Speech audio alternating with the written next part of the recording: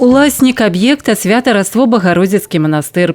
Гістарычная тэрыторыя не дазваляе манастыру ўзводзіць новыя пабудовы. Можна аднаўляць толькі тыя, што засталіся ад мінулага.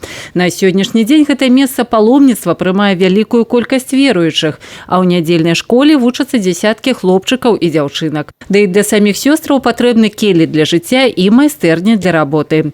Манастыр расце і з вялікай радасцю прыняў ва ўласнасць існуючыя пабудовы валынскага ўмацавання. У нас в этом корпусе все находится. Это и храм, это и кельи, это и трапезная, кухня, и мастерские швейные, вышивальные, там, ну и всякие такие нужные нам, значит, заведения. Вот. Оно все находится в одном здании, и нам очень тесно. Ігуменя Александра паказвае план на малюнку адноўленае валынскае ўмацаванне. Такім яно будзе яшчэ не хутка, але ўжо зараз тут вядуцца рэстаўрацыйныя работы. Грунтоўная праца пры садзейнічанні архітэктараў, гісторыкаў, археолагаў. Наверху мы сняли грунт, там росли деревья, корни разрушили стену примерно процентов на 40.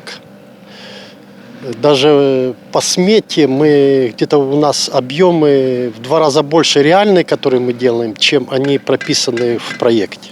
Паводле праекта агульны кошт рэстаўрацыйных работ амаль $1 мільён США. Гэта непад'ёмная сума для жаночага манастыра. Не так даўно у сацыяльных сетках з'явіўся ролик, зняты волонтерами. Я решил дать вот огласки этому всему.